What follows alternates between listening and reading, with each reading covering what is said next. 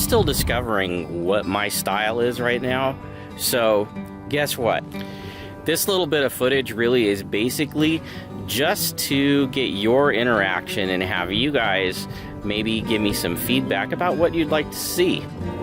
I mean, really, let's be realistic. Yeah, this is my channel, but my channel is only as good, really, as the interest that the people who subscribe to my channel are basically putting on it.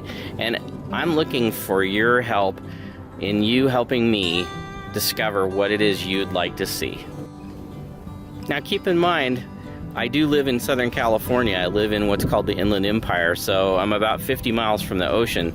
But heck, there's a lot of things to see here in Southern California and a lot of really interesting things to put on footage. So basically, that's kind of what I'm looking for right now, is your interaction, to hear maybe what some of your feedback about the things that you'd like to see on my channel. And I welcome that feedback. Just enjoy some of the great footage from this park that I discovered recently in Chino Hills. And yeah, those mountains behind me, they're pretty awesome. Those are the San Bernardino Mountains, and up there is a place called Mount Baldy. So anyway, enjoy the B-roll.